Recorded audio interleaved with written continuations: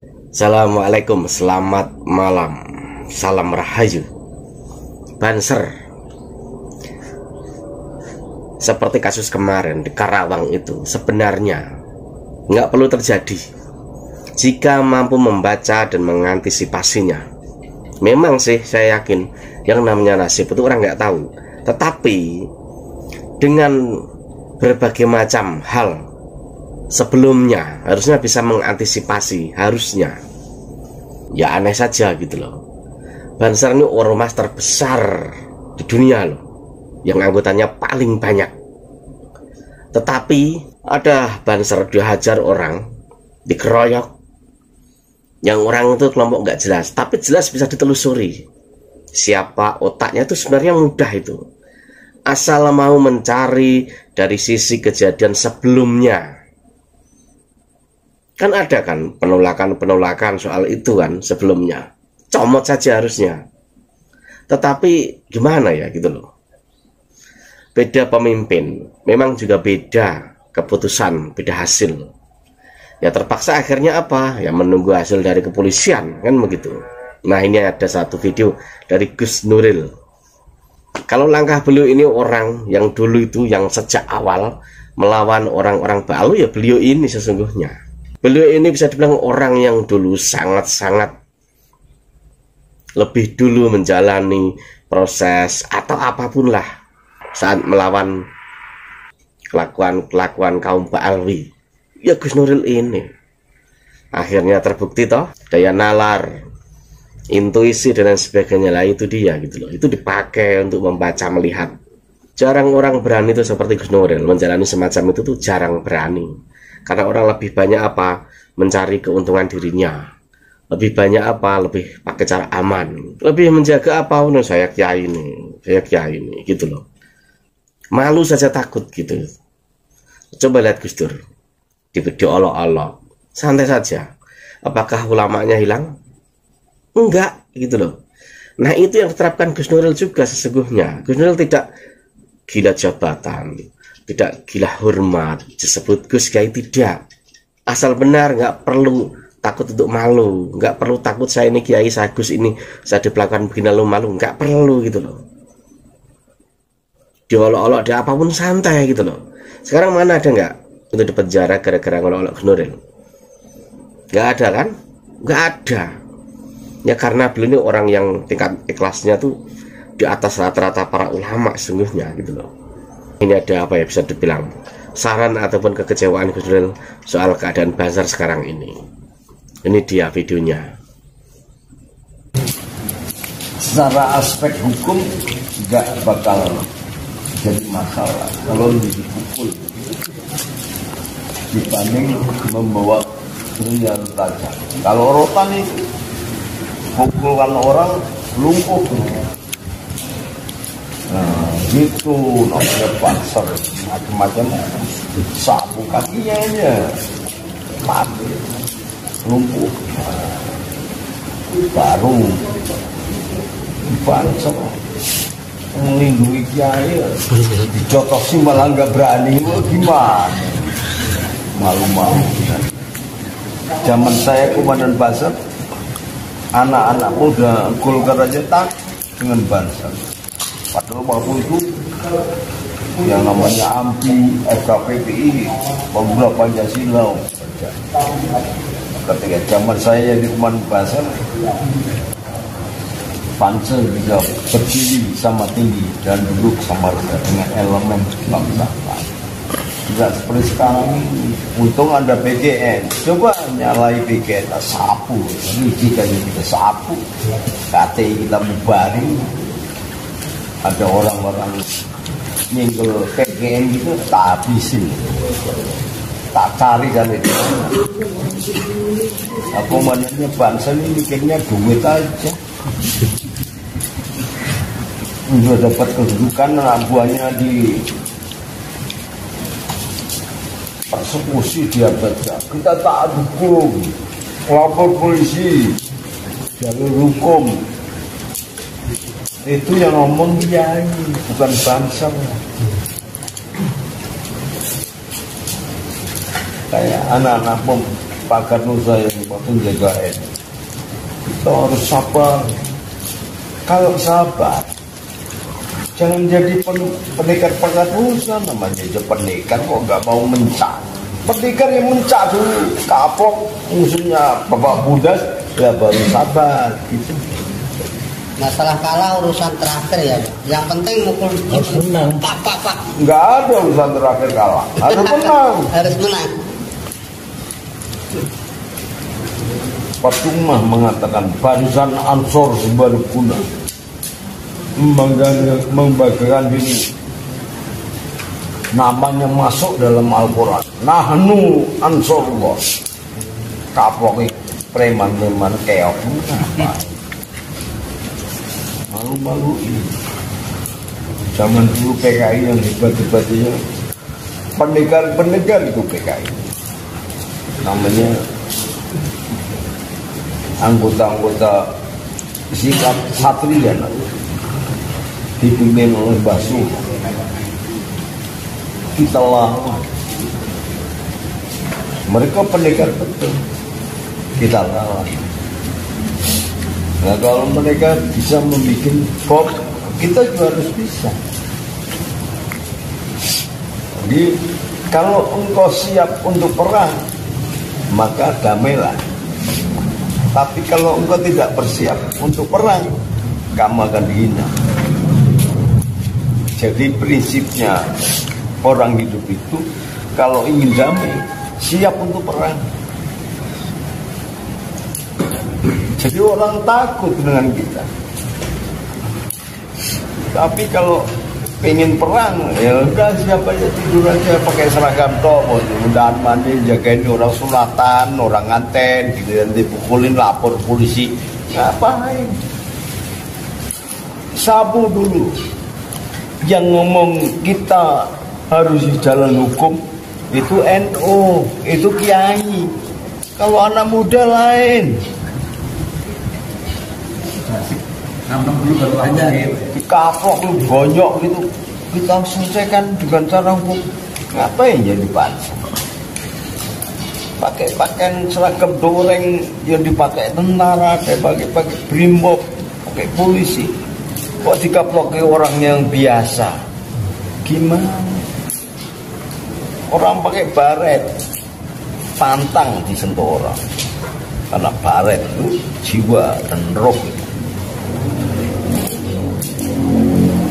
Makanya kalau selesai pembaratan di PKN, dibarati oleh jenderal-jenderal baik polisi oleh tentara, diberi pegangan. Jadi mentalnya kuat. Gimana ngamankan bangsa dan negara? Kapolri aja nggak berani, apalagi ada musuh dari asing. Kapolri saudara sendiri aja nggak berani ngaman. Nggak tahu lagi, nih kiai-kiainya di mana, pada kemana? Kok ada banser di polisi sampai bonyok gitu? Kiainya tukang tidur, apa tukang terima amplop? Harusnya kiainya tukang wirid, jadi santrinya dijaga. Nggak ada yang nggak terjaga. Zaman dulu kiai-kiai tukang wirid, bukan mata duitan. Jadi ada marwah. Lawang banser itu harusnya menjaga marwah kiai. Nah kalau bansernya dipukulin nggak bisa ngelawan, lah bagaimana nanti kiainya? Gimana coba? Banser itu menjaga marwah, menjaga kehormatan, keamanan, harga diri ulama. Nah kalau bansernya dipukulin gitu nggak ngelawan, gimana nanti kiainya kalau dipukulin? Konsep pengkaderannya harus diganti. Jangan butuh pamer kepada pejabat supaya jadi menteri agama. Bukan begitu, Ban. Ini setelah jadi menteri agama bansernya dibiarin dipukul. Saya sudah mencatat ada 3 kali di Depok juga gitu. 2 orang banser dilecehkan, hanya 1 orang nggak berani melawan. Kalau saya sapu. Memalukan.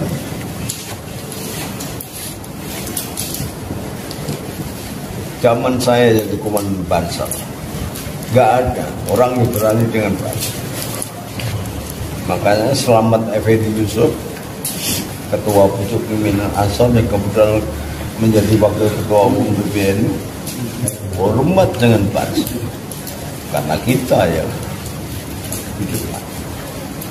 dan berani gitu loh. Jadi latihan dasar latihan itu lalu diisi dengan apa kok dipukulin masih nggak ngelawan itu. Lihatnya saya sakit hati ya.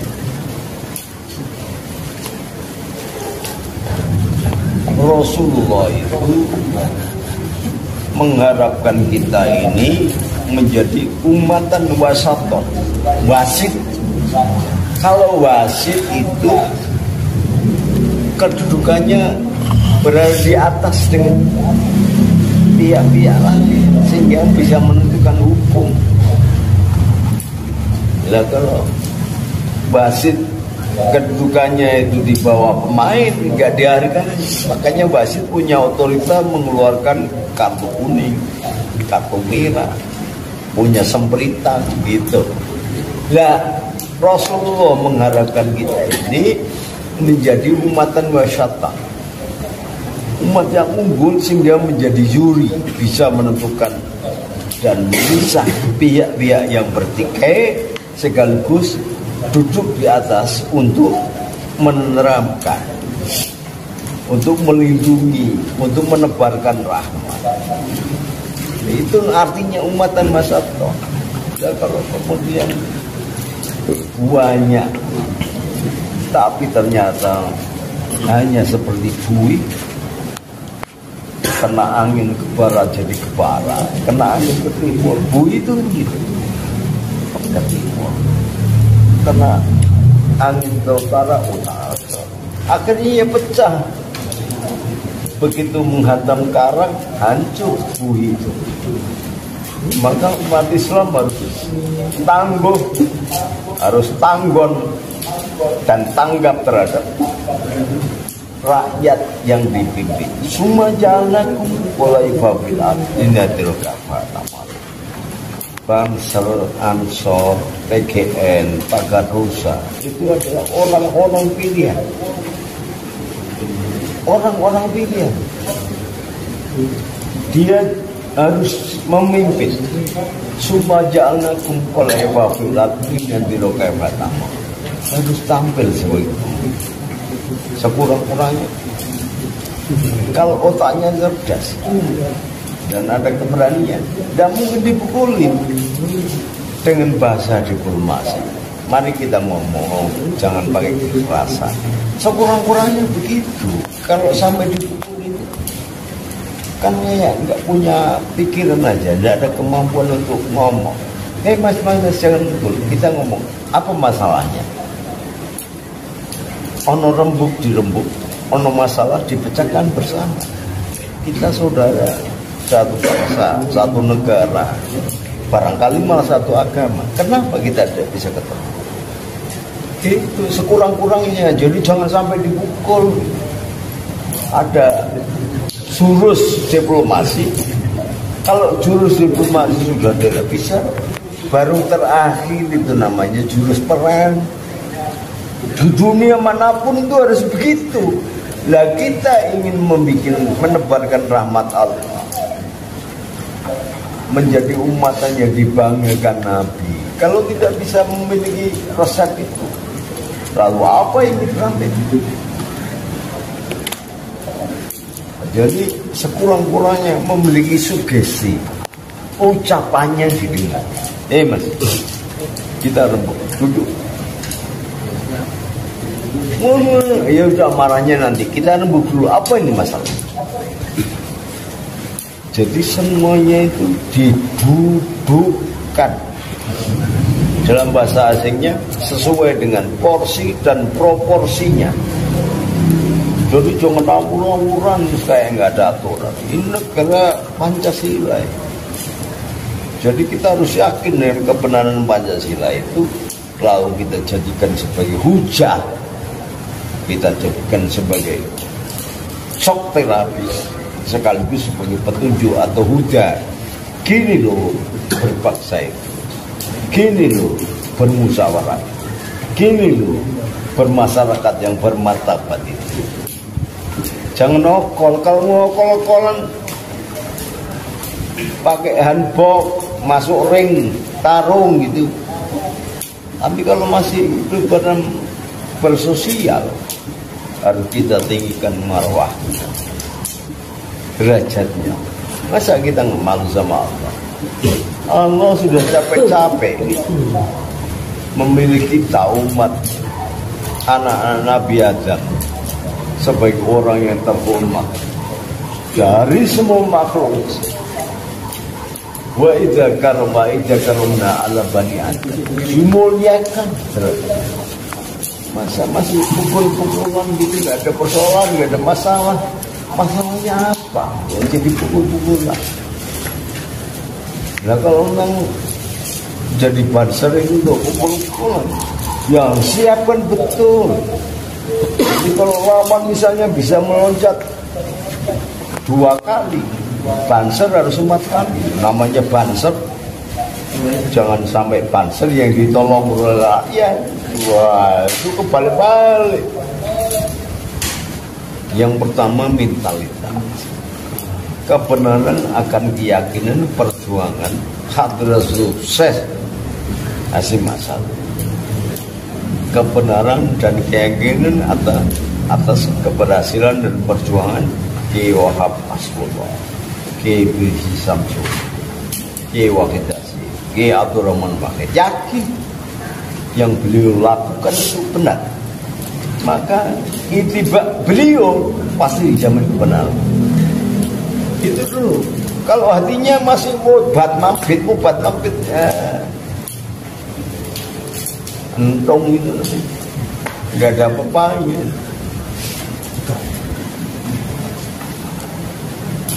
Sayyidina Bilal itu disiksa oleh Muawiyah, ditimpa batu, ditimpa, diajar,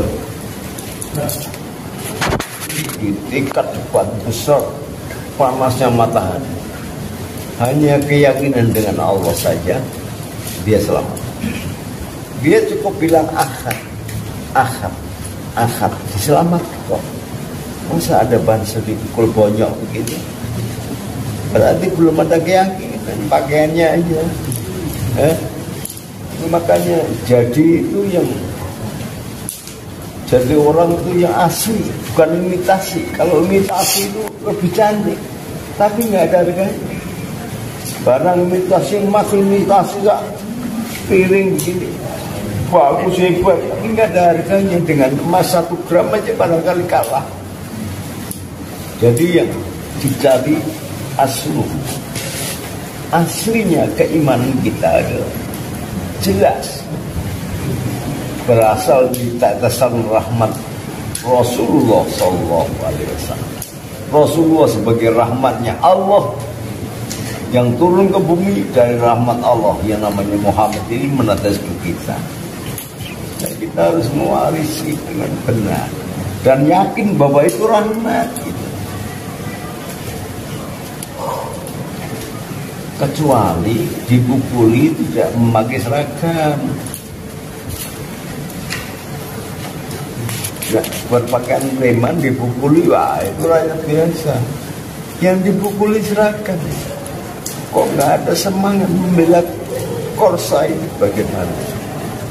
Oh, diem aja, wah kita lapor polisi. Kenapa nggak sekali lapor lembaga hukum? Kalau cuman kita lapor-laporan gitu, jangan.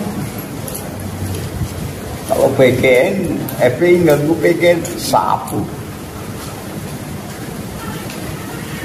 Ini cemen-cemen gitu aja. Pada takut gimana? Lalu komandannya Sakordonnya bagaimana?